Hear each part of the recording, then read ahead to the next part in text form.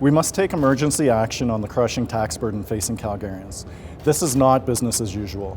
It cannot be business as usual.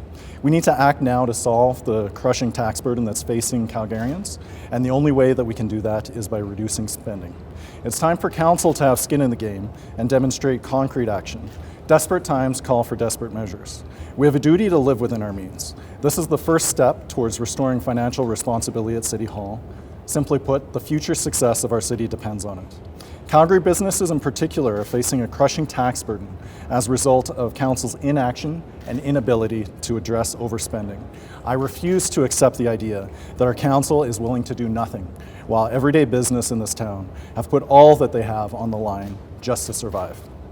Firstly, the biggest difference between our proposals is that mine will work, and theirs won't. Council's plan for a bailout from the province is dead on arrival. The province has already said no, meaning that Council needs to take personal responsibility. The rising tax burden is a problem of Calgary City Council's creation, not the provincial government. Council needs to take personal responsibility to solve it.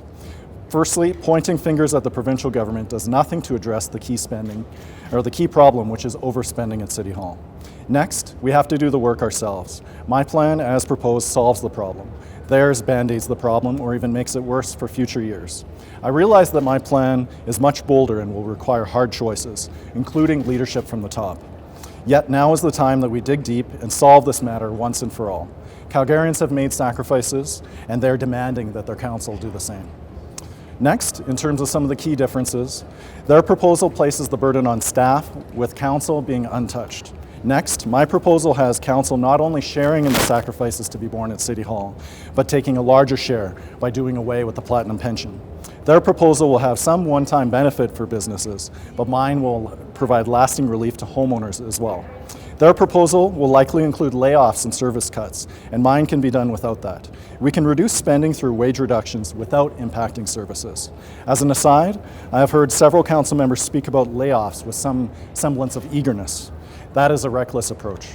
Next, their proposal relies on corporate welfare and politicians picking winners and losers in private business. My proposal provides broad-based tax relief and is equitable and broad-based.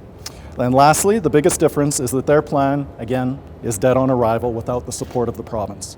My plan is the only remaining option to do what council should have done in the first place, and that is reduce spending.